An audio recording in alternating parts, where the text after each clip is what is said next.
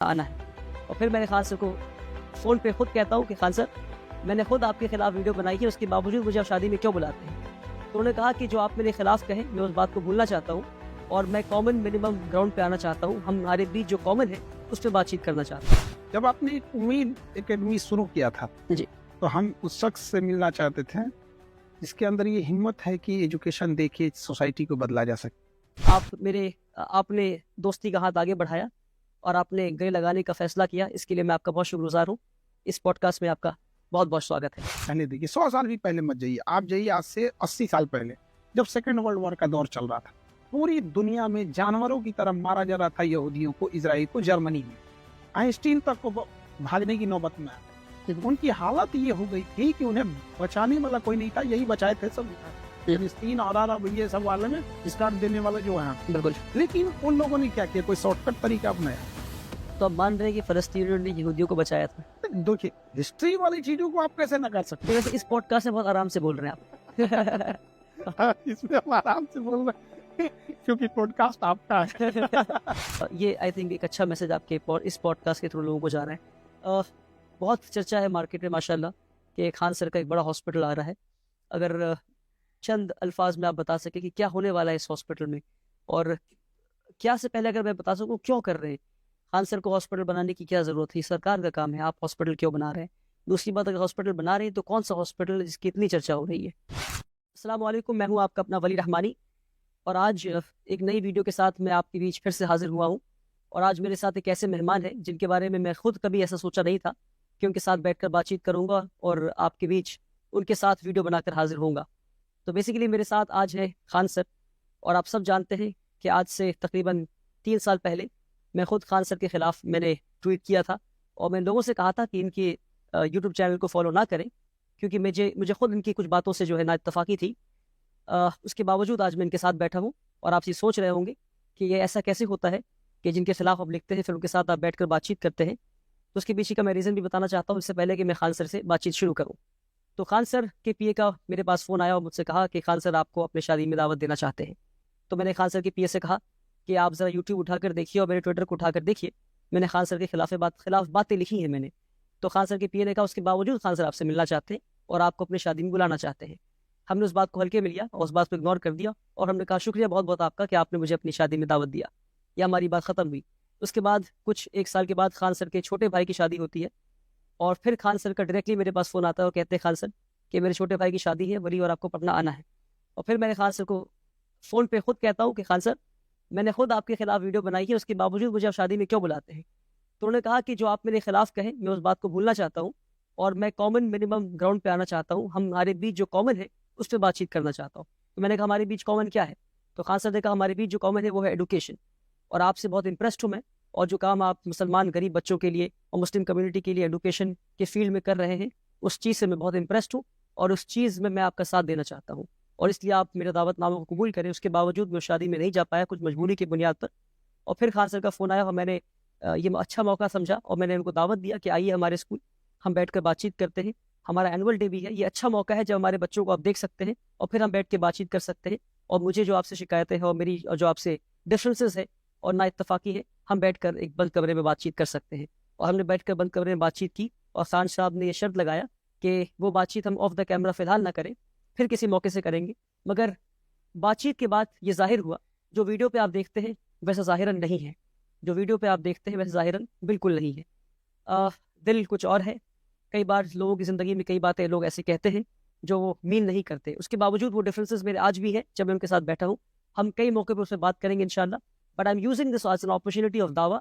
मैं कोई दावत की तरह देखता हूँ कि खान सर के साथ बैठकर हम अपनी बातें इन तक कैसे पहुँचा सकते हैं, इनसे क्या अच्छा सीख सकते हैं इंशाल्लाह। इन सब के बावजूद खान सर, आपने दोस्ती का हाथ आगे बढ़ाया और आपने गले लगाने का फैसला किया, इसके लिए मैं आपका बहुत शुक्रगुजार हूँ। इस पॉडकास्ट में आपका बहुत बहुत स्वागत है। बहुत शुक्रिया शुक्रिया। देखिए, जब आपने एक उम्मीद एकेडमी शुरू किया था जी। तो हम उस शख्स से मिलना चाहते थे जिसके अंदर ये हिम्मत है कि एजुकेशन देके सोसाइटी को बदला जा सके। आप पैसे से किसी को मदद कीजिए, बेशक उसकी 1 दिन 10 दिन की जिंदगी सही हो सकती है, लेकिन अगर पूरी जिंदगी बदलनी है तो उसको एजुकेशन देना पड़ेगा। तो हमें जब पता चला तो हम कहे कि नहीं, कोई भी अगर एजुकेशन देता है किसी को भी, खास करके आप देखिए माइनॉरिटी का तो एजुकेशन की हालत कितनी पीछे हो गई है। और तो हम ये देखना चाहते थे कैसे शुरू किया, और हम सारे उस आवाम का, उस पब्लिक का शुक्रगुजार हैं जिन्होंने आपको सपोर्ट किया। बिल्कुल। ने 100 रुपये मांगा था और उसने, हमें लगता है कि कई जगह हमने भी उस चीज़ों को शेयर किया। हमारे पास जो चीज़ें, बहुत जो शुक्रिया। हमारा एक ग्रुप था वहाँ पे, और काफ़ी अच्छा लगा। और ये वो एकेडमी भी हमें देखने के काफ़ी ख्वाहिश थी इस चीज़ को देखने। देखिए, ज़रूरी नहीं कि सबके सारी चीज़ें एक दूसरे से मैच करें। आप गौर करके देखिएगा, कई चीज़ों को लेके अपनी फैमिली में कई बार क्या होती है कि होता है कि कुछ चीज़ें आपकी मेंटेलिटी, कुछ हमारी है। कुछ लोग होते हैं स्ट्रेट फॉरवर्ड होते हैं, कुछ थोड़ा सा बटन लगा के बोलते हैं। हम एक टीचर हैं, हमें बनना था फौजी, एक एटीट्यूड फौजी वाला है, जी जी गुस्सा हो तो हो, हमको क्या मतलब है। जी जी उस पे से बन गए टीचर, जिससे हमें बनना नहीं था। टीचर के बारे में कहा जाता है, वो अगर मान के चले कोई आंसर सही लिखा तो या तो उसको हम सही करेंगे तो गलत करेंगे, थोड़ी कहेंगे थोड़ा सा सही है। समझना ये है कि हम जो चीज सही है वो उसको हम बोल देते हैं सही है। क्योंकि क्या होगा, कभी कभी एकदम हार्ड लैंग्वेज में बोल देते हैं एकदम सही है। सही। कोई चीज अगर गलत है तो उसको ये नहीं कहते कि नहीं ऐसा गलत है, एकदम खराब बोल देते हैं उसको, एकदम खराब है। यहाँ तो या तो हमें अच्छा होगा या तो एकदम खराब होगा, बीच वाला चीज मेरे साथ नहीं हुई। जी, इस पॉडकास्ट से पहले जो हमारी बातचीत हुई, इन प्रिंसिपल हम बहुत डिफरेंसेस हमारे हैं, और उम्मीद करते हैं कि अगली कई मुलाकात में उन डिफरेंसेस को हम दूर करने की कोशिश करेंगे। मैं अपनी सारी बातें आप तक रखा और आपने अपनी सारी बातें मुझ तक रखी। हम एक सोशियोलॉजिस्ट टाइप के, अपने बहुत अच्छी थिंकिंग आपकी समाज के लिए, उस सबको लेके जी। हमें बहुत अच्छा लगा। जी बिल्कुल, ये बहुत खुशी हुई कि आपने दोस्ती का हाथ बढ़ाया और आपने एक बड़ा दिल का मुजाहरा किया मेरे सामने। तो उसके बावजूद मैं चाहूँगा कि हम कई टॉपिक से बातचीत करें। और माशाल्लाह आपके 25 मिलियन सब्सक्राइबर है यूट्यूब पे, एंड आप जो हैं इस दुनिया के सबसे बड़े एजुकेशनल चैनल के आप टीचर हैं, उसके लिए बहुत बहुत मुबारकबाद। और आपको चैनल के जरिए बड़ा काम हो सकता है, एंड दैट इज तो हमारा नहीं, ये तो देखने वाले लोगों का प्यार है, उनकी मोहब्बत है जो यहाँ तक पहुँचा है। जी। तो मैं इसको इस पर्सपेक्टिव से देखता हूँ कि क्योंकि आपका नाम खान है, आप मुसलमान हैं, ऐसा अंदाज़ा है मुझे, और तो आप एक बड़ा कंट्रीब्यूशन दे सकते हैं इस मुल्क के मुसलमानों के लिए। जब आप वर्ल्ड के बिगेस्ट चैनल हैं और ऐसे मुल्क में हम लोग रह रहे हैं जहाँ मुसलमान कंट्रीब्यूटर नहीं है, जहाँ मुसलमान देने वाला नहीं बल्कि लेने वाला है। और ये एक मेजर थॉट था जो मुझे लगा कि जब आप दोस्ती का हाथ बढ़ा रहे हैं तो क्यों नहीं हम मिलकर इस बात पे बात कर सके कि किस तरह मिलकर हम इस कम्युनिटी को एक ऐसी जिंदगी से बाहर निकाल सके जहाँ वो सिर्फ लेने को, इस वक्त लेने वाला मुसलमान है और हम देने वाला इस मुल्क में बन जाए। आप ये कह रहे हैं कि मुसलमान कंट्रीब्यूटर बने, हाँ बिल्कुल, आप ऐसा चाहते हैं, बिल्कुल बने। और हम और आप ये दोनों मान रहे हैं कि मुसलमान इसको कंट्रीब्यूटर नहीं है, मैं भी मानता हूँ या आप भी मान रहे हैं। बट आप जो है, फर्क क्या है, आप इस बात को बोलते हैं कि मुसलमान कंट्रीब्यूटर बने और आप आराम से बोलते हैं जहाँ पे बनना चाहिए। जी हम बोल देते हैं थोड़ा ठेठ भाषा में जी कि कोई कर रहा है, तुम यहाँ पे बैठ के छोटा मोटा काम जी खा ले रहा है, नहीं तो इसीलिए नहीं पढ़ेगा तो मार खाएगा। पढ़ेगा तो मार खाएगा। मेरे दादा टीचर थे, कब नहीं पढ़ेगा तो गोबर उठाएगा। सही। ठीक है, तो उनका था, तो ठेठ वाला जो है ना, हम देहात से पढ़े। नहीं माशाल्लाह, हमारी एक्सटेंसिव बातचीत इन चीजों पे हुई, आपके स्टेटमेंट्स पर आपने जो रीजनिंग दी है मैं समझ पाया। हम ना वो एकदम ठेठ बोल देते। जो सवाल है मेरा कि as a teacher, as someone जिसने एक अच्छा अरसा टीचर का देखा है, पूरे दुनिया को देखा है, मुल्क को देखा है, जियो पॉलिटिक्स को उसकी अच्छी नज़र है, मुसलमानों के हालत से वाकिफ है, मुसलमान कंट्रीब्यूटर कैसे बने, क्या कोई पाथ है स्टेप बाय स्टेप जो आप एक बता सकते हैं कि भाई ये करो, फिर ये करो, और फिर ये करो, और फिर ये करो, और फिर शायद तुम कंट्रीब्यूटर बन सकते हो? कोई स्टेप बाय स्टेप पाथ मुसलमानों के लिए खालसा बता सकते हैं? देखिए, मुसलमानों को सीखना चाहिए तो एक थोड़ा है। देखिए, सीखने के लिए तो आपके पास बहुत सारी चीजें हैं। जी। अम्बेडकर साहब की जिंदगी से सीखी, क्या तकलीफ सहे थे, ये सबको पता है। लेकिन कोई शॉर्टकट नया तरीका नहीं बिल्कुल सही। उन्होंने। वैसे इन्हें सीखना चाहिए कि जब आपको तकलीफें हो रही हैं, जब बारिश हो रहा होता है, तो आप घर में नहीं बैठते अपना काम छोड़ के, आपको छाता लगाना पड़ता। तो अगर आपको तकलीफें हैं, आपको शिकायतें होंगी कि मीडिया आपकी गलत चीजों को दिखाता है, आपको आपकी अच्छी चीजों को ढक देता है। वो अजीम प्रेम जी जो डेली 22 करोड़ रुपया डोनेशन देते हैं, उसे ढक दिया जाता है। वो यूनिवर्सिटी जहाँ अच्छी पढ़ाई होती है उसे नहीं दिखाया जाता है। तो आप इन सब चीजों पर रोना रोइएगा तो इससे आपका वक्त भी जाया होगा, वो कोई जो एक हिस्सा है वो कभी नहीं सुधरेगा। तो बेटर है आप बारिश में छाता लगाइए और अपनी मंजिल की ओर निकलिए, चुपचाप पढ़ाई पे ध्यान दें, क्योंकि एजुकेशन से ही चीजें बदली जा सकती हैं। आप आज से 100 साल पहले देखिए, 100 साल भी पहले मत जाइए, आप जाइए आज से 80 साल पहले, जब सेकेंड वर्ल्ड वॉर का दौर चल रहा था। पूरी दुनिया में जानवरों की तरह मारा जा रहा था यहूदियों को, इजराइल को, जर्मनी में। आइंस्टीन तक को भागने की नौबत में आ गए। उनकी हालत ये हो गई थी कि उन्हें बचाने वाला कोई नहीं था, यही बचाए थे सब यहाँ पे फिलिस्तीन और अरब ये सब वाले में स्टार्ट देने वाला जो है। बिल्कुल। लेकिन उन लोगों ने क्या किया, कोई शॉर्टकट तरीका अपनाया। तो आप मान रहे हैं कि फलस्तीनियों ने यहूदियों को बचाया था? देखिए, हिस्ट्री वाली चीजों को आप कैसे नकार सकते हैं। अटल बिहारी वाजपेयी का quote, I am glad that आपने ऑन कैमरा ये बात कही। अटल बिहारी वाजपेयी का कोट करिए जी। उन्होंने कहा था टू नेशन मैप। हम बस ये करें कि जो हमारे सामने आंख से गुजरा है उसको देखिए कि कैसे जो चीज हारा हुआ लग रहा था कैसे अपनी बाजी पलटी एजुकेशन के। जिस भीमराव अम्बेडकर साहब को कोई क्लास में बैठने नहीं देता था, आज सुप्रीम कोर्ट में बैठने से पहले उनके शपथ लेनी पड़ती क्या। तो वही एक ऐसी चीज है जो आपको खामोशी से मेहनत, खामोशी से मेहनत, शोर नहीं। हाँ शोर नहीं। जो गलतियां कहाँ होती हैं, जैसे आप उस चीज को बड़े अच्छे ढंग से बोलते हैं कि आपको तालीम हासिल करनी चाहिए, हम थोड़ा हार्ड बोल देते हैं। ये लोग बोलते हैं कि एक वक्त मेरा भी आएगा, हम कहें कि भैया आएगा, चलो उस वक्त को लाने के लिए क्या कर रहे हैं। बिल्कुल सही, मैं इस बात पे इत्तेफाक रखता हूँ। कोई कुछ नहीं कर रहा, बस इनका एक सपना है कि हमारे लिए भी एक पावरफुल टाइम है, हम भी कंट्रीब्यूट करेंगे देश में, हम भी एक अच्छा यूनिवर्सिटी खोलेंगे, हमारा भी एक चीज। बट कर क्या रहे हैं? आज हम ये कह सकते हैं ना कि लेकिन मैं कहता हूँ एक वक्त हमारा आएगा, ये कहना जो है, ये ख्वाब जो है, इससे बेहतर ख्वाब ये है कि एक वक्त हमारा ये आएगा कि हम दुनिया को देने वाले हो। बिल्कुल ये ख्वाब होनी चाहिए। ख्वाब ये नहीं होना चाहिए कि हम किसी को दबा देंगे। बिल्कुल। ख्वाब ये नहीं होना चाहिए कि हम किसी को तकलीफ पहुंचाएंगे। ख्वाब ये होना चाहिए कि हमारे घर में अगर दुश्मन की भी कोई घर का इंसान आया है, दुश्मन की भी बेटी आई है, तो अपने आप को महफूज समझेगी। बिल्कुल। वो अक्सर मुसलमान जो इंटेलेक्चुअल उनका ख्वाब यही है, जो एक या दो लोग ऐसे हैं जो इस तरह की बातें करते हैं, उसको पकड़ लेती है। बिल्कुल सही। थोड़ा सा उन लोगों को भी समझना चाहिए। तो फिर जब उल्टे सीधा बोल रहे हो तो काहे जा रहे हो मीडिया के साथ। बिल्कुल। जो इंटेलेक्चुअल है उनको बोलिए। क्या आप कभी ऐसा बात बोलिएगा कि किसी को तकलीफ पहुंचे? नहीं पहुंचे। लेकिन आपको ही पता है कुछ ऐसे हैं नमूने तो ऐसा बात बोलेंगे कि किसी को दिल में बड़ा तकलीफ पहुंच जाता है, तो उन्हें नहीं बोलने देना चाहिए।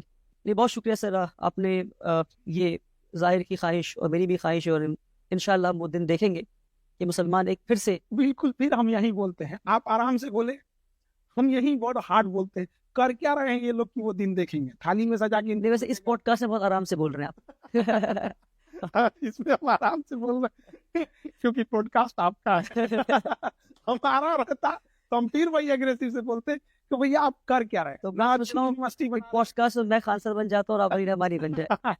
बेशक आप चीजें होती है कि हर चीज में क्या होता है, सबकी ट्रेनिंग अलग अलग होती है। बस हम यही कहते हैं कि आप बताइए कौन सी आपने ऐसे कोई स्कूल खोल, कोई बढ़िया स्कूल खोली जो आप बता। आपने बहुत अच्छा स्कूल खोला, इनोवेशन किया, हमने कभी। तो अगर हम थोड़ा सा डाइवर्ट होके जाते हैं, आप हमारे स्कूल आए, आपने सब कुछ देखा, एक अच्छा अभी 3 घंटे से हम साथ बैठे हैं, उसमें से 1 घंटा तो हमने बड़ा लंबा बहस ही कहूंगा मैं। बहस के बाद भी हम अच्छे से हाथ पकड़ते हुए कमरे से बाहर निकले, और जितने भी लोग थे सब इंतजार कर रहे थे कमरे में हो क्या रहा है। तो अल्हम्दुलिल्लाह वो अच्छी बहस हुई। उसके बाद आपने स्कूल देखा, सब कुछ देखा, तो आपने क्या देखा यहाँ पे कि क्या काम हो रहा है? हमें बस ये कह रहे हैं कि आपने उस गरीब और एक अमीर स्कूल के एक बेंच पे जो बैठा है कि जिसके फादर रिक्शा चला रहे हैं, उसके बगल में एक बैठा है जिसके पिता के पास 200 करोड़ पैसे हैं। तो ये चीज होनी चाहिए, ये होता है एजुकेशन। लेकिन आज गरीब के लिए हॉस्पिटल अलग है, अमीर का हॉस्पिटल अलग, गरीब का स्कूल अलग है, अमीर का स्कूल अलग। ऐसा कंट्रीब्यूटर बनने की जरूरत है। बिल्कुल। ऐसे अगर 1000 स्कूल खुल जाए, 1000 यूनिवर्सिटीज खुल जाए, और तब कहिए कि हमारे लिए भी एक वक्त आएगा कि हम समाज को देने वाले बनेंगे। बिल्कुल। वक्त आएगा कि समाज हमें देख के एक रोल मॉडल सेट करेगी, तो हमें अच्छा लगता है। बिल्कुल। बिना कुछ किए जो ख्वाब देखने लगते हैं कि, और शॉर्ट टर्म गोल ना, शॉर्ट टर्म गोल कभी नहीं। कल बदलाव एजुकेशन में तो कभी नहीं आएगा। एजुकेशन में कोई बदलाव 25 साल बाद दिखता है। इससे 10 साल पहले हम लोग जब एजुकेशन में स्टार्ट करने गए थे, खुद से शटर गिराना पड़ता था रात में बंद करने के लिए। इंतजार करते थे कि सारे बच्चे चले जाए तो शटर बंद करेंगे, वरना खराब लगता है यार सर खुद ही क्लास का शटर बंद कर रहे हैं। ऑफिस नहीं हुआ करता था तो बाहर टहलते रहते थे, बैठने का जगह नहीं था यहाँ पे, देखते रहते कि हाँ भाई जब बच्चे चले जाएंगे तो जाकर वहीं बैठेंगे। धीरे धीरे चेंजिंग आती है, अचानक से चेंजिंग नहीं आएगी। जब एजुकेशन पे बात कर रहे हैं तो मैं चाहूंगा कि थोड़ी सी रोशनी अगर आप डाल दें कि इंडियन एजुकेशन सिस्टम को किस तरह देखते हैं, कि इंडियन एजुकेशन सिस्टम, इस एजुकेशन सिस्टम से क्या हासिल है और इससे क्या कमी है। ये एजुकेशन सिस्टम हमें एक अच्छा मजदूर बनाता है, और ग्रेजुएशन देके हम एक बच्चे को 22 सालों तक मुंह बंद करते हैं। इंटरमीडिएट के बाद जब हम उसका ग्रेजुएशन करते हैं तो हमारा ग्रेजुएशन इस तरह से डिजाइन है कि वो 4 साल तक गवर्नमेंट से कुछ ना मांग सके कि भैया अभी तो ग्रेजुएशन हुआ है, हो जाने दो फिर मांगते हैं। 4 साल वो ग्रेजुएशन खराब कर लेता है तो 2-3 साल मेहनत करता है, तो गवर्नमेंट को लगता है ओ हो 8 इसका हम 8 साल बर्बाद कर देंगे यहाँ पे। सही। एक बात बताइए, जो ये झोंझ बीए करके निकल रहा है एकदम भेड़ की तरह, ऐसा लग रहा है कि जैसे अब खान सर बात कर रहे हाँ हाँ एकदम। अब किसी को ये बात खराब लग जाती है, हमारा कहना है कि लगे खराब, हम खराबे लगने के लिए बोलते हैं। सही सही क्योंकि जब तक कुछ चीजें होती है ना, तकलीफ भी बहुत बड़ा मोटिवेशन होता सही। है। माँ बाप हम लोग को बोलते हैं कि भाग जा कहीं से, कई बार माँ बाप डांटे होंगे, किसी किसी के माँ बाप इतना जिरजिरा रहता है कि जा मर जा कहीं। ऐसा थोड़ी होता है कि माँ बाप चाह रहे हैं कि मर जाओ। सही। अब कुछ बच्चे उसको दिल पे लेकर सुसाइड कर लेते हैं, तो ऐसा नहीं। तो मेरा कहना है कि ये जो भेड़ बकरी की तरह बीए कर करके निकल रहा है, उसी तरह से हम उसे टेक्निकल एजुकेशन डाल दें और उसे हम मेडिकल की एमबीबीएस से नीचे जो असिस्टेंट की पढ़ाई होती है, ऑपरेशन थिएटर में ओटी टेक्नीशियन चाहिए, अपनी skill based education. Skilled base, और वो स्किल फिक्स हो। जैसे हम स्किल्ड बोलते हैं ना, बुझाई भी नहीं करता स्किल मैंने क्या होता है, अरे बाप रे। मतलब स्किल मतलब मेडिकल में डॉक्टर के अलावे हॉस्पिटल में doctor is not a backbone, doctor is front. बिल्कुल। ऑपरेशन करके वो घर चला गया, फिर उसके पीछे जो फौज लगी है ना, वो कोई नहीं दिखता। एक ऑपरेशन थिएटर में एक डॉक्टर एक डॉक्टर होता है, 50 लोग लगे रहते हैं अगल बगल में। यहाँ पे किसी हॉस्पिटल से पूछिए, हम लोग हॉस्पिटल को पता चलता है नर्सिंग स्टाफ बैकबोन होता है। आज अगर किसी सड़क पे एक्सीडेंट हो जाए तो उसको भीड़ ऐसे देखेगा, अरे तरीका कपार फूट गया इसका, और उसमें 50-20 गो मिलेगा। कोई बीए किया है, कोई बीकॉम किया है, कोई एक ना हैंडी प्लस साट सकता है ना बैंडेज मार सकता है। ठीक है, हमने ना भेड़ बकरी की तरह कॉलेज खोल के अल्ले बीए करो, बाबर का लड़का हुमायूं सीढ़ी पे से ढह के मर गया, गिर गया तो सीढ़ी पे, लाइब्रेरी पे पीछे फिसला गया, मर गया वहीं पे। लेकिन मैं कह रहा हूँ बाबर और हुमायूं का नाम क्यों लिया आपने? हिस्ट्री ना मेडिवल वहीं से चालू हो जा रही है। अच्छा, आजकल तो चर्चा में भी है। ठीक है ठीक है। तो अगर वहां पे हम अपने एजुकेशन सिस्टम में स्किल्ड बेस दिए होते तो हो सकता था कोई उसमें उसका अगर खून बह रहा है तो स्ट्रेच लगाना जानता हो, एटलीस्ट फर्स्ट एड जानता हो, 100 एक्सीडेंट में 10 को भी बचा सकता हो। एक बीए नॉर्मल प्लेन स्टडी, तो ये एक कमी हुआ। एक ये कमी। दूसरी इनोवेशन बेस्ड कुछ है ही नहीं है इसमें। आज देखिए इनोवेशन कुछ नहीं है, इनोवेशन कहाँ से करिएगा? तो हमें लगता है कि स्कूल चेंज कर देंगे तो इनोवेशन करने लिए टीचर भी चाहिए। जिस टीचर ने इनोवेशन किया है ना, वो कभी भी अपने बच्चे को ही नहीं कहेगा कि इनोवेशन मत करो। लेकिन अगर हम खुद ही इनोवेशन, हम फेसबुक चलाना नहीं जानते, हम किसी बच्चा को कहेंगे क्या जानता है, चलाना ही नहीं जानते। तो हम जो जानते हैं वो हो सके। इसके अलावा हम कंपटीशन वाले बच्चों को पढ़ाते हैं। हम करोड़ों बच्चों को हम बता सकते हैं हिंदुस्तान में कम से कम 20 करोड़ ऐसे बच्चे होंगे, 20 करोड़, जो बच्चे बहुत ही ज्यादा टैलेंटेड हैं, लेकिन कंपटीशन इतना टफ कर दिया गया है, इतना टफ कर दिया गया है बिना मतलब की, सीटें लिमिटेड है, कि वो जो एग्जाम की जरूरत जितनी थी उससे 10 गुना ज्यादा उससे क्वेश्चन पूछा जा रहा है, और ये फ्रस्ट्रेट होकर उसकी पढ़ाई छोड़ रहा है। ऐसी व्यवस्था होनी चाहिए जहां वो स्किल सीख सके। सही। जहां उसे लगे कि नहीं हम ये टेक्निक सीख लेंगे तो हमारा कुछ गुजारा हो जाएगा। एक ओटी बढ़िया ऑपरेशन थिएटर टेक्नीशियन और 30-35 हजार वहां कमा सकते। सही। लेकिन आप देखिएगा उसके लिए कोई नहीं जाएगा। बहुत सारी ऐसी चीजें, केवल ये नहीं है, कंस्ट्रक्शन साइड हो गया। आज भी देखिए जो मजदूर है, मिस्त्री आप लेके आइएगा, उससे पूछेगा कहाँ सीखे थे, स्कूल, बल्कि सिविल इंजीनियरिंग करने के बाद मिलेगा, सिविल इंजीनियर मिलेगा, लेकिन उसके नीचे जो काम कर रहा है वो नहीं मिलेगा। तो कहाँ सिविल इंजीनियर जो है वो डिग्री लेने के बाद आके मजदूर से काम सीखता है। वहां से सीखता है, बिल्कुल एग्जैक्टली। और हमारे यहाँ का सिविल इंजीनियर बिहार का और खतरनाक, धाए धाए पुल गिराता है। सर, हम बात कर रहे थे इनोवेशन की, आपने कहा कि इनोवेशन नहीं हो रहा है, तो मुझे लगता है इसके पीछे एक जो मेजर रीजन है, पता नहीं आप अग्री करेंगे कि नहीं, कि इंडिया में जो टीचर्स है वो टीचर्स बाय चांस है, टीचर्स बाय चॉइस नहीं है। बिल्कुल। और हम सबसे बड़ा एग्जाम्पल है, हम टीचर बनना ही नहीं चाहते हैं, हमें फौज में आप अच्छे टीचर हैं। हम ये नहीं कह सकते, हम पढ़ाते नहीं हैं, मौजूद बताते हैं, हम पढ़ाते नहीं, हम समझाते हैं जी। हम अगर किसी सब्जेक्ट के टीचर भी नहीं है ना, अगर आप हमें ये दे दीजिएगा सर ये वाला चैप्टर पढ़ाना है, और हम उसके टीचर नहीं भी है ना, अब हम क्या करेंगे, एक हफ्ता उसको देखेंगे कि इसको कैसे पढ़ाया जाए, कैसे समझाया जाए। हो सकता है कि हम वो टॉपिक को अच्छा से समझा दें, बाद में हाथ जोड़ दे, भैया हम इतना ही समझा सकते हैं। हम समझाते हैं, हम पढ़ाते नहीं हैं। ये आज का जो नया कॉन्सेप्ट है वो ये कि खान सर की टीचर की जरूरत नहीं है, आज फैसिलिटेटर की जरूरत है। टीचर का सबसे बड़ा काम ये नहीं कि टीचर पढ़ा दे, बल्कि टीचर का सबसे बड़ा काम ये है कि टीचर पढ़ना सिखा दे। क्योंकि टीचर 2 घंटा पढ़ा सकता है, बाकी दिन के 8 घंटे खुद पढ़ना है। तो टीचर अगर पढ़ना सिखा दे, टीचर लर्निंग प्रोसेस को फैसिलिटेट कर दे, तो बच्चा वो लर्निंग प्रोसेस कंटिन्यू करता है।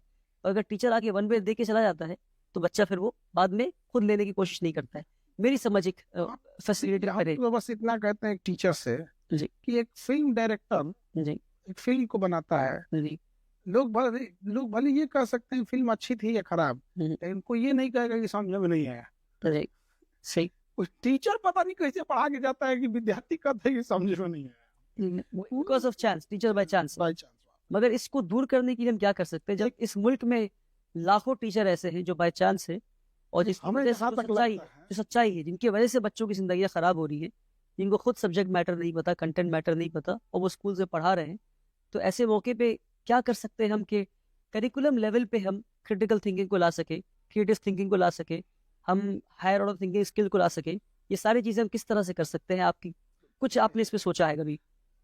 देखिए हमें जहाँ तक लगता है ना कि जितना हम लोगों ने स्टूडेंट को पढ़ाओ पढ़ाओ पढ़ाओ, ये कॉलेज खोलो, डिप्लोमा खोलो, डिग्री खोलो, ये खोलो, किए ना, टीचरों को पढ़ाने के लिए की यूनिवर्सिटी रहनी चाहिए, वर्ल्ड लेवल की यूनिवर्सिटी होनी चाहिए, जहाँ हर 3 मंथ पे 1 हफ्ते के लिए टीचर्स आए, कैप्सूल प्रोग्राम कहते हैं और इसको। पूरी इंडिया के टीचर्स इकट्ठा हो। बिल्कुल। हो गया क्या, 3 मंथ पे बच्चों को 1 हफ्ते की छुट्टी मिल जाएगी, एक नया करिकुलम भी स्टार्ट हो सकता है, और उसमें तो सैटरडे संडे भी इन्वॉल्व रहता है। बिल्कुल, हर 3 महीने। हर 3 महीने पे आ जाए, क्या इनोवेशन हो रहा है, किस टॉपिक पे कौन सा एग्जाम्पल देना है, कौन सा टॉपिक, वो बताएंगे कि हिस्ट्री में बच्चा यहाँ फंस जा रहा है, केमिस्ट्री में ये वाली टॉपिक नहीं समझ में आ रही, आपस में करिकुलम ये नहीं हो पाता है। आप गौर करके देखिएगा, आपको इंडिया के टीचर से शिकायत होगी, देखो इंडिया के डॉक्टर से शिकायत नहीं होगी। जो अच्छे डॉक्टर है, बहुत बेहतरीन डॉक्टर्स हैं, चाहे वो ट्रांसप्लांट के हो, अमेरिका से लोग ट्रांसप्लांट कराने आते हैं, अमेरिका से पढ़ने नहीं आते हैं। बिल्कुल। तो ये है क्यों, अब हर आए दिन आप देखिएगा, कभी बेंगलोर में डॉक्टर्स की समिट चल रही है, कभी आज लखनऊ में देखिए किडनी के डॉक्टर्स का चल रहा है, यहाँ कलकत्ता में ब्रेन के डॉक्टर्स का चल रहा है, तो ट्रांसप्लांट वो होते रहता है। और वहाँ उस हमें स्टूडेंट को स्टूडेंट बोलने से ज्यादा बेटर है, क्योंकि स्टूडेंट बहुत ज्यादा संख्या में, आप उनको चेंज करने में बहुत ज्यादा मैन पावर और टाइम लॉस होगा। टीचर्स कंपैरेटिवली कम है, इन्हें ले आके इनोवेट बनाइए, इन्हें ले आके एआई पे ट्रेंड कीजिए, इन्हें नए टेक्नोलॉजी को दिखाइए, जब ये सीख के जाएंगे वहां जाके खुद ही सिखा देंगे। तो बेसिकली वर्क नहीं होता है। आप सजेस्ट करें कैप्सूल प्रोग्राम हो, जहाँ 3 महीने पे टीचर आए, सीखे, फिर प्रैक्टिस करें और आके बताए कि मैंने क्या किया, फिर आके सीखे। इस तरह के प्रोग्राम्स जो है, कैप्सूल प्रोग्राम्स अक्रॉस इंडिया होने चाहिए, जहाँ इंडियन एजुकेशन सिस्टम पे करिकुलम पे एक रोबस्ट अंडरस्टैंडिंग होनी चाहिए कि हम क्या पढ़ा रहे हैं, फिर पेडागोजी पे काम होनी चाहिए कि भाई कैसे पढ़ा रहे हैं, फिर असेसमेंट पे भी भाई लेना है कि लेना नहीं है, किस तरह असेसमेंट लेना है। तो असेसमेंट को जो भी हमने एक बड़ा एक वो बना दिया है सरदर्द, कि एज इफ ऐसा लगता है कि पूरी पढ़ाई हम एग्जाम देने के लिए पढ़ते हैं, पढ़ाई का मकसद एग्जाम देना नहीं है। तो इस पे अगर आप कुछ एक रोशनी डाल सके कि पूरी पढ़ाई का मकसद हमने एग्जाम बना दिया, असेसमेंट जो है पढ़ाई का मकसद असेसमेंट नहीं है। और आज इंडिया में हम ये देख रहे हैं कि पूरी पढ़ाई का मकसद जो है वो एग्जाम है, असेसमेंट है। देखिए इसमें हम केवल टीचर्स को नहीं, स्टूडेंट को भी दोषी आप कहिएगा। अब देखिए स्टूडेंट तो सिस्टम का हिस्सा है, सिस्टम जो चाह रहा है, एक छोटा सा प्यादा है स्टूडेंट। ऐसे कहा कि हम प्यादे को नहीं हरा सकते, एक शतरंज का एक प्यादा राजा को मार के गिरा देता है। बिल्कुल हम स्टूडेंट के बीच में दिन रात रहते हैं, इतना भी शराफत नहीं उनके अंदर, वो भी कैसे बदमाश। अगर आप बता सकते। देखिए बताता है, ये जो असेसमेंट का चीज है, ये साइंस के सब्जेक्ट में ऑलरेडी होता है। जी जी। 100 नंबर का एग्जाम है तो उससे 70 नंबर पूछा जाएगा रिटन एग्जाम, जिसमें उसे पास करना है। 30 नंबर वो प्रैक्टिकल है जिसमें असेसमेंट करना है, वो दूसरे से प्रोजेक्ट बनवा देगा, लैब में जाएगा नहीं जाएगा। कई जगह स्कूल की गलती है, लैब ही खराब है या खुलता ही नहीं। सही। कई जगह खुलता है तो स्टूडेंट का मन नहीं लगा के जाएंगे। कई ऐसे हैं जिनको मन था कॉमर्स लेने का, मन लेके बैठ गए साइंस वाला। तो कुछ स्टूडेंट की ओर से है, कुछ और मेजोरिटी जो बड़ा हिस्सा है वो सिस्टम फेलियर है। तो यहाँ जरूरी है चेंज करने का। इसके अलावे भी अगर आप देखिएगा तो इंडिया में क्या है ना, कि अगर यूरोप को देखिए, अमेरिका को देखिए, तो वहाँ गरीब का एक लेवल है कि गरीबी इतना गरीब नहीं है ना, सही कि मतलब अब वो सड़क के किनारे सो रहा है, उसका इलाज नहीं है, उसके गरीबी में भी एक स्टैंडर्ड है। बिल्कुल। तो वेलफेयर स्टेट है। हाँ, वेलफेयर स्टेट है। तो एक लेवल के ऊपर सोचता है, वो ये नहीं सोचता है कि मेरे माँ का अगर पथरी है तो हम इलाज नहीं करा पाएंगे, मेरे घर टपक रहा है, वो एक लेवल के बाद सोचता है। और हमारे यहाँ गरीब एक मेजोरिटी पॉपुलेशन इस चीज में है ना, हमें अपने बाप का कर्जा भरना है, बड़ी बहन है उसकी शादी करानी, माँ बीमार है उसके लिए दवा लाना है, गहने गिरवी रखे उसको लाना है। तो जब दिमाग पे इतना टेंशन चलेगा, वो भी इतने छोटे उम्र में, कौन एंटरप्रेन्योर बनेगा? हमें लगता है कि बिल गेट्स का बच्चा या उन लोग के ऊपर भी अगर इस लेवल का प्रेशर रहता तो वो झेलते। आप नॉर्वे जाइए, हमें लगता है कि वहाँ एक आम इंसान का घर हमारे यहाँ के चीफ मिनिस्टर से अच्छा है। सही। स्वीडन जाइए तो हैप्पीनेस इंडेक्स में ज्यादा है। वो कभी सोचेगा कि हम रेलवे का एक फॉर्म भर दे, 30,000 रुपए की नौकरी लेंगे और ग्रुप डी में जाएंगे, 50,000 का टिकट काटेंगे यहाँ पे, वो अपने यहाँ 50,000 रुपए कुक को खाना दे रहा है। सिस्टम फेलियर है सर ये। तो ये सिस्टम फेलियर हो गया है, इसको कोलैप्स कर गया है यहाँ पे। इसे बदलने के लिए रातों रात नहीं बदल सकते। अब हम क्या करेंगे, हमारे यहाँ पॉपुलेशन इतनी ज्यादा है, हम अपनी पॉपुलेशन को हम जनसंख्या के तौर पे देख रहे हैं। अगर हम इन्हें स्किल्ड सिखा दे, इंडस्ट्रियल ट्रेनिंग दे दे, ट्रेडिशनल एजुकेशन की जगह इंडस्ट्रियल ट्रेनिंग दे दे, जिस तरह चाइना घमंड करता है कि घर घर में मेरा सामान है, उस तरह हम भी आने वाले टाइम में घमंड कर सकते हैं कि दुनिया में हर फैक्ट्री में हमारे ही वर्कर, इंजीनियर, सुपरवाइजर काम कर रहे हैं। हम लोग वहाँ supervisor, engineer, foreman upper level भेजने की जगह पर लेबर भेज दे रहे हैं। सही। नहीं, मेरा सवाल फिर मेरा ये है सर कि तो खान सर इसमें क्या कंट्रीब्यूट कर रहे हैं, क्योंकि आपकी जो कोचिंग सेंटर है वो भी एक अपर लेवल के लिए है। तो टेक्निकल में आप क्या कर रहे हैं, स्किल ट्रेनिंग में आप क्या कर रहे हैं, आगे कोई प्लान है आपका इस तरह का कि इंडस्ट्रीज में आप काम करना चाहते हैं, स्किल ट्रेनिंग में काम करना चाहते हैं, और ऐसे छोटे रोल्स में जहाँ पे लोग थोड़ी सी पढ़ाई करके स्किल सीख कर एक अच्छी रोजगार बना सकते हैं जिसका लोगों को अंदाजा नहीं है, इस तरफ कोई आप काम करना चाह रहे हैं? क्योंकि हम लोग इस पे मेजरली जो हम जानते हैं वो एक खान सर वो है जो लोगों को कॉम्पिटेटिव एग्जाम के लिए तैयार करते हैं, इसके अलावा खान सर कोई प्लान हम वर्क कर रहे हैं। अच्छा। और हमारी एक आदत है, जब कंप्लीट वर्क कर लेते हैं तो हम आके बताते हैं कि हम पिछले 3 साल से काम कर रहे थे, ये कर रहे हैं। अच्छा जी। हम पिछले 3 साल से काम कर रहे हैं ओके। उन बच्चों के ऊपर, अपने यहाँ के बच्चे, कि जिन बच्चों के पे क्या है कि जो पढ़ाई करने आए, अब वो लाखों की संख्या में आ रहे हैं। प्रॉब्लम क्या है कि वैकेंसी जितनी लिमिटेड रहेगी उतने कोई सिलेक्शन दिला पाएंगे। अब इसमें क्या होता है कि वैकेंसी लिमिटेड होता है, सेलेक्ट हो जाते हैं, बाकी बच्चे उसके अदर एग्जाम्स में सेलेक्ट हो जाते हैं, बट एक बड़ी संख्या है जो बच जाती है और वो डिसिप्लिन एंड एजुकेटेड है। इनके लिए हम एक प्रोग्राम कर रहे हैं कि इनमें से कुछ क्रीम को छांट कर 8-10 ऐसी चीजें हैं जहां हम उन्हें लगा सके तो 50-60 हजार रुपया वो मंथली कमा सकते हैं।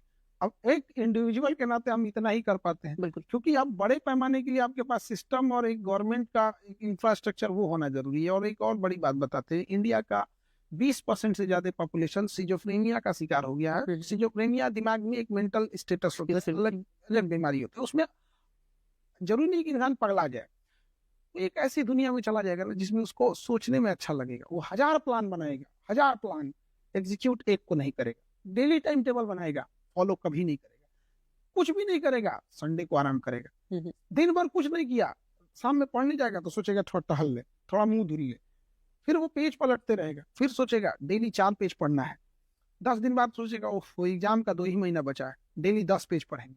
जब 10 दिन बचेगा एग्जाम का, 2 तरीका अब नहीं होगा, उसे लग रहा है कि वो खराब है, उसे लग रहा है कि वो कमजोर है, बट वो फंस चुका है सिजोफ्रेनिया में। उसका पड़ोसी उसे सताएगा, अब उसके दिमाग में कल्पना आएगा, फीलिंग्स आएगी, एक दिन हम आईपीएस बनेंगे, हम भी उसको बर्बाद कर देंगे। और फिल्मों ने बिगाड़ के रखा है, फिल्मों में दिखाया गया है कि हीरो को सताया जाता है, उसको इतना तड़पा दिया जाता है कि गिर जाता है जमीन पे, आखिरी सांस लेता है, लेकिन आखिरी में उठता है, पूरा पासा पलट, वैसा हीरो वैसा फिल्म में होता है, वैसे फिल्म में होता है। अब इसको भी ये लगने लगा है कि हम पढ़ाई नहीं भी करेंगे ना, आखिरी में उठेंगे, एग्जाम टॉप कर देंगे, बिजनेस में फेल हो रहा है, वो उसके साथ कई चीजें हो रही है ना जो उसको एक ट्रैप में फंसा रही है।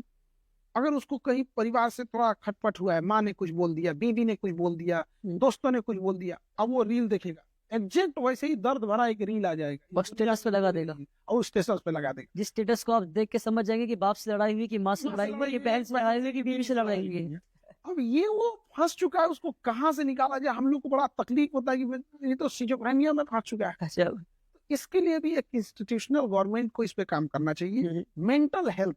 और इंडिया एक ऐसा देश है, यहाँ मेंटल हेल्थ का मतलब जब तक आप पगला नहीं जाइए, नोचने मत लगिए, दीवार मत फोड़ लीजिए, कपार मत फोड़ लीजिए, तब तक समझ में नहीं करता कि पगलाया है। उसके भी स्टेजेज होते हैं। बिल्कुल। तो बच्चों में एक ये वाली प्रॉब्लम ज्यादा, और अगेन कि अगर एक भूखा इंसान है, हम और आपको अभी अगर भूख लग जाए तो पहले सोचेंगे कि पहले पेट भर लेते हैं, फिर पढ़ाई कर लेते हैं या कुछ कर लेते हैं। भूख केवल खाने की नहीं होती है, भूख होती है इज्जत पाने की भी, समाज में प्रतिष्ठा की भी।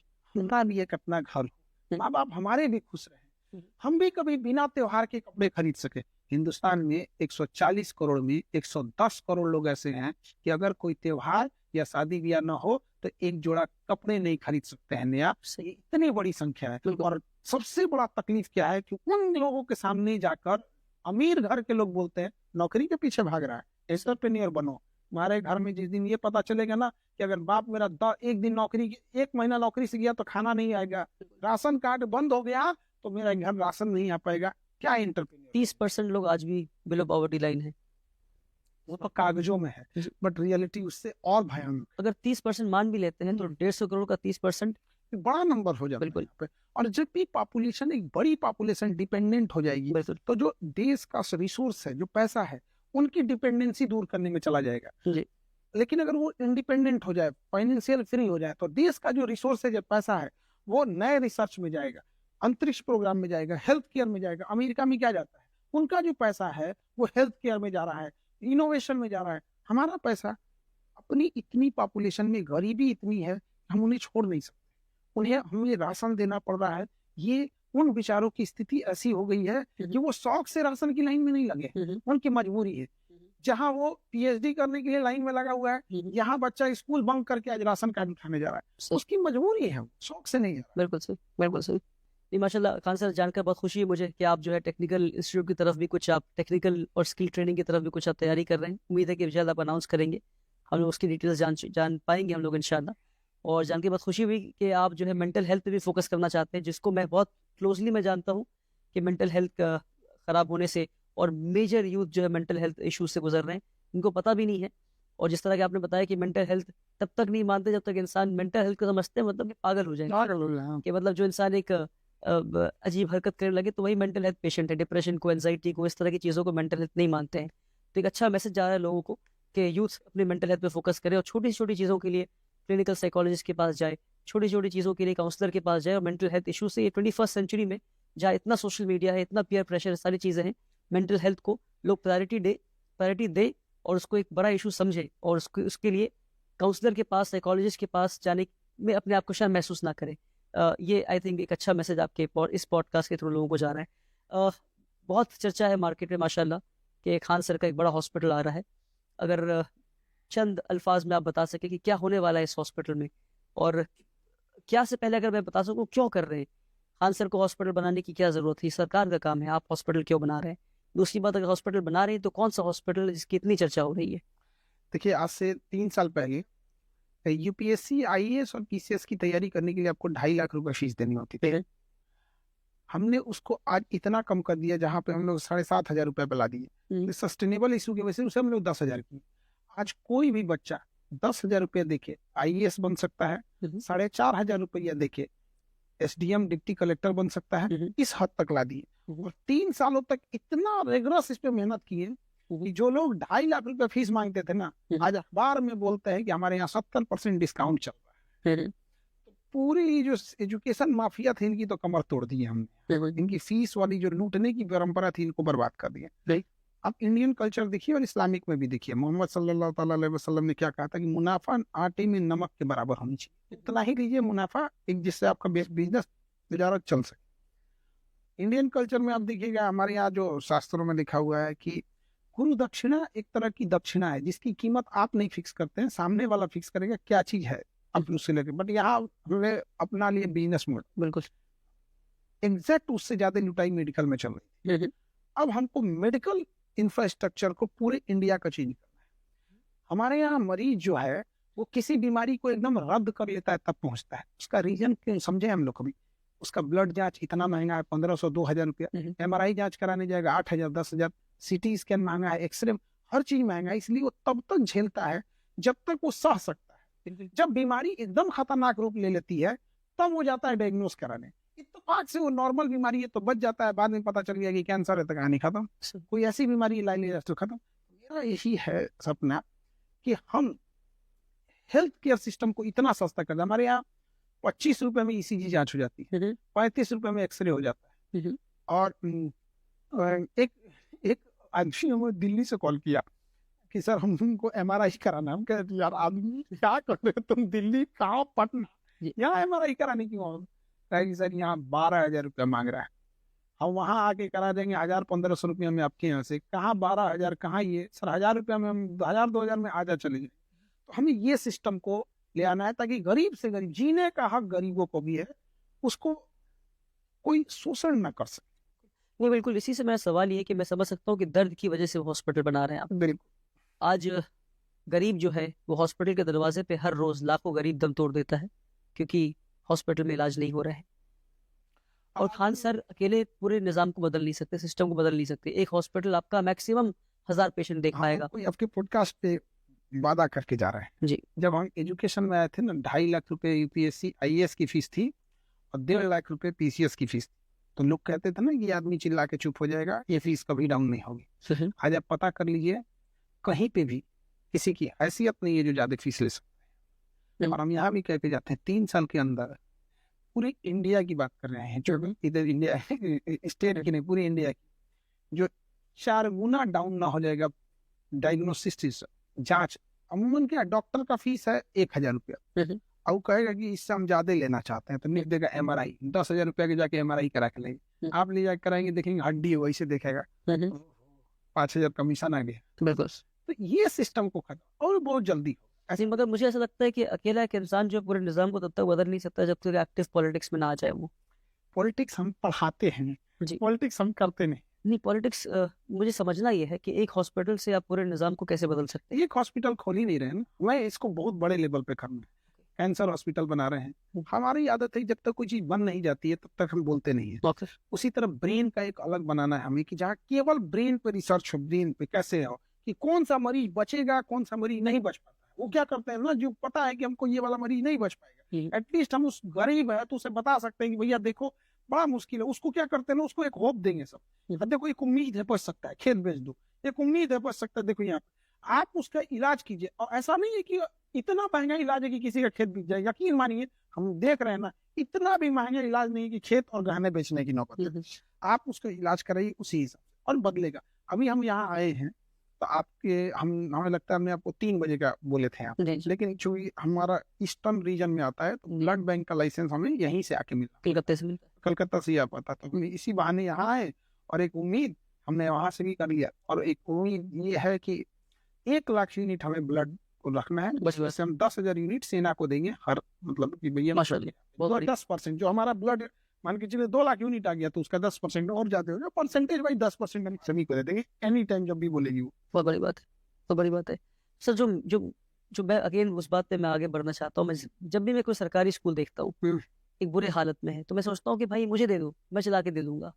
तो आपको लगता नहीं कि हॉस्पिटल स्टैब्लिश करने में अगर वक्त ना बर्बाद करें, मतलब वक्त बर्बाद ना करें, मैं नहीं कह रहा हूँ वक्त बर्बाद कर रहे हैं, आप बहुत बड़ा काम कर रहे हैं, मगर अगर मैं समझता हूँ कि पब्लिक प्राइवेट मॉडल पे अगर हम जा सके कि जितने भी सरकारी हॉस्पिटल्स हैं अगर हम उनको टेक ओवर कर सके और सरकार कह सके कि आपका मॉडल अच्छा लगे हमें, आप हमारा हॉस्पिटल चला के दिखाइए सस्टेनेबल कैसे कर रहे हैं।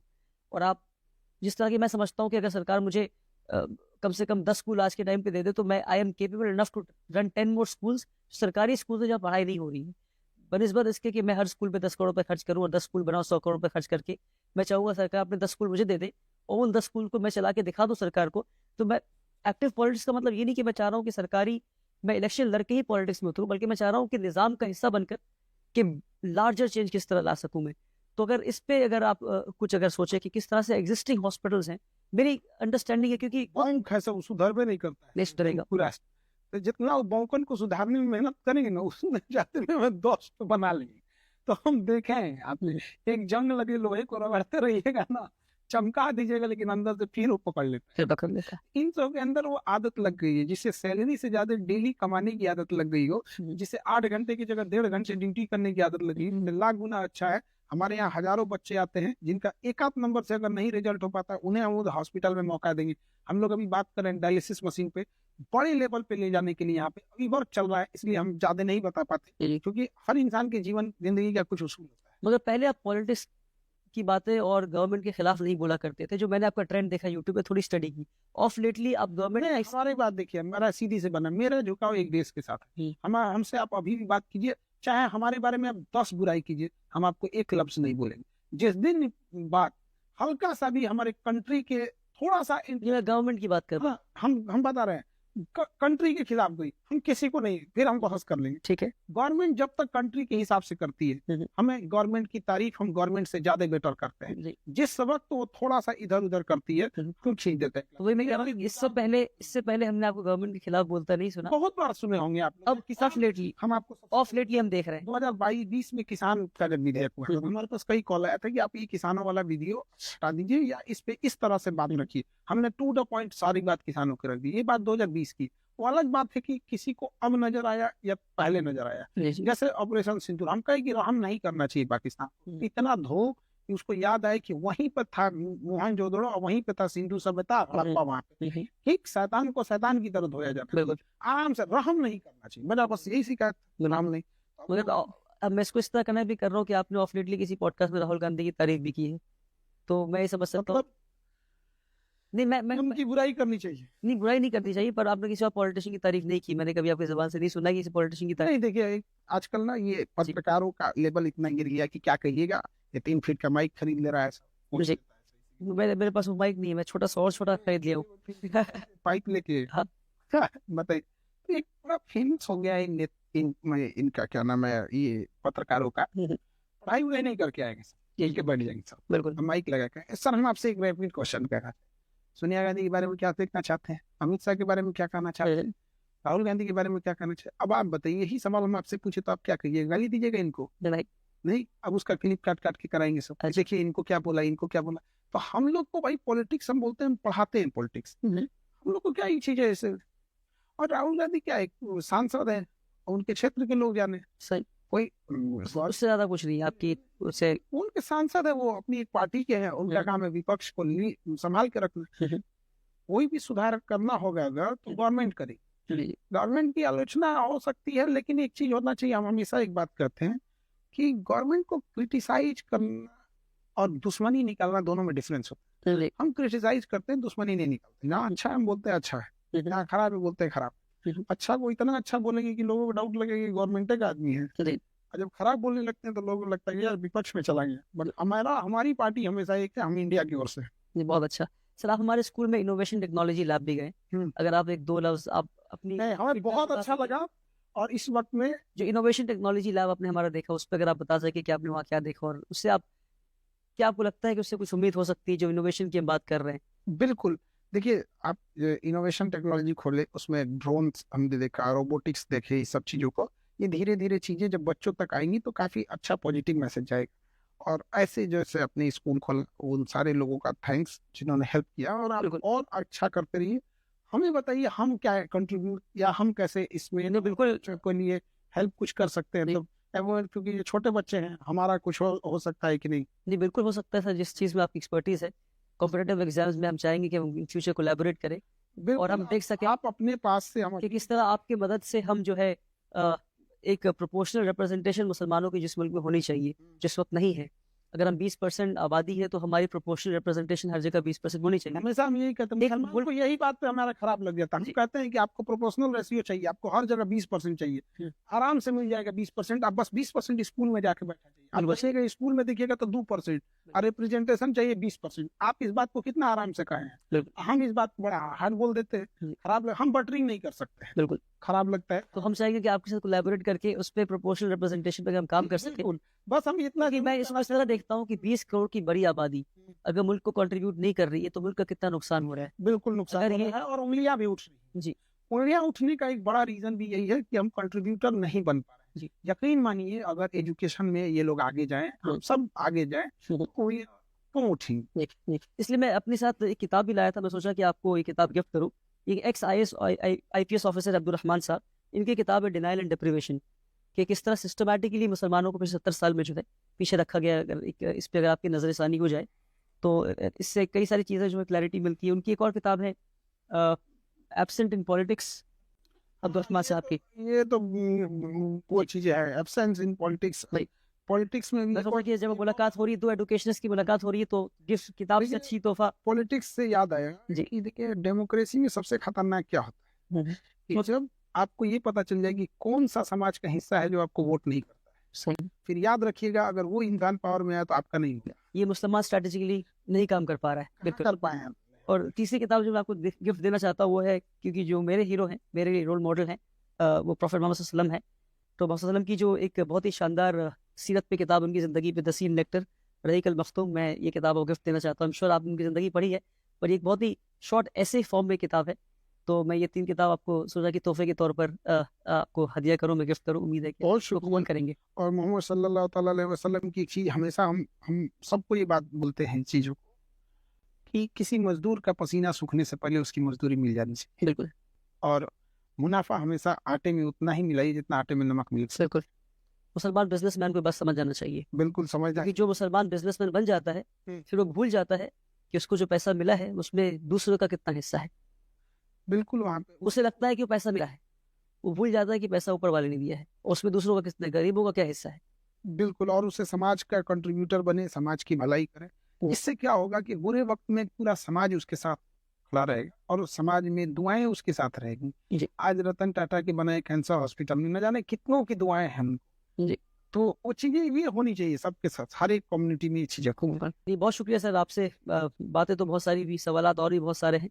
उम्मीद करते हैं ये पहली मुलाकात है, ऐसी कई मुलाकातें होंगी और हम आइडिया शेयर करते रहेंगे। और उम्मीद है आने वाले फ्यूचर में हम कहीं किसी प्रोजेक्ट पे कोलैबोरेट करके कुछ बड़ा करें इंशाल्लाह। जरूर, बहुत शुक्रिया और बहुत अच्छा लगा यहाँ आके। और हमसे जो कुछ बन सकेगा आप जरूर बताइएगा। इंशाल्लाह। अगर इन बच्चों को अपने आगे जाके deputy collector SP DM department में भेजना, क्योंकि ये नर्चर करके जब तक हम इन्हें अधिकारी नहीं बनाएंगे, बिल्कुल, कब तक हम उम्मीद करेंगे कि किसी अधिकारी से कि तुम ईमानदार बनो। हमने तो उम्मीद ही छोड़ दिया तुम ईमानदार बनो, हम तो सीधा कहते हैं कि तुम रिटायर हो जल्दी। बिल्कुल। अगली पीढ़ी हम भर रहे हैं, सब ईमानदार होंगे। इंशाल्लाह। बहुत अच्छा, बहुत खुशी मिलकर आपसे सर, बहुत खुशी मिलकर। थैंक यू सो मच, फिर मिलेंगे। तो ये थे हमारे साथ खान सर। उम्मीद करते हैं कि हम अगले पॉडकास्ट में फिर आपसे मुलाकात करेंगे और खान सर के साथ जो अगली बातें होंगी और आपके कई सवालात, हमारे कई सवालात, इस तरह के कई सेशन इंशाल्लाह हम लोग फिर से शूट करेंगे और हम लोग मिलकर कुछ बड़ा इस मुल्क और कम्युनिटी के लिए करेंगे इंशाल्लाह। Thank you so much for watching us with patience.